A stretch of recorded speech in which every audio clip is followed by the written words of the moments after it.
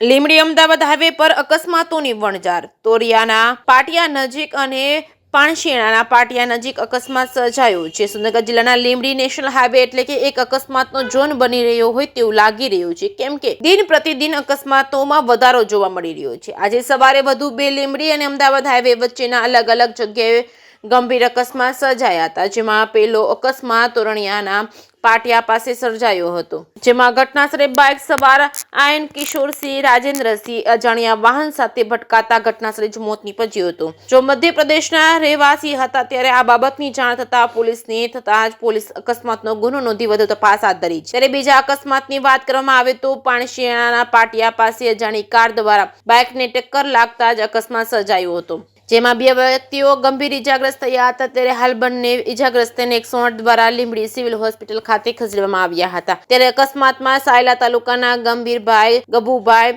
અને રેહાભાઈ વિભાભાઈ ઇજાગ્રસ્ત બન્યા હતા. ગંભીરભાઈને હાલત ગંભીર હોવાથી ફરજ પરના તબીબ દ્વારા સુરેન્દ્રનગરની ખાતે રિફર કરવામાં આવ્યા હતા. ત્યારે આ બાબતે લીંબડી સિવિલ હોસ્પિટલ ખાતે MLC નોંધવામાં આવી હતી. ત્યારે લીંબડી નેશનલ હાઈવે પર અકસ્માતનો સિલસિલો યથાવત જોવા મળી રહ્યો છે. જે કે સિંગુ સાથે મહેશ ઉતરિયા, સુરેન્દ્રનગર.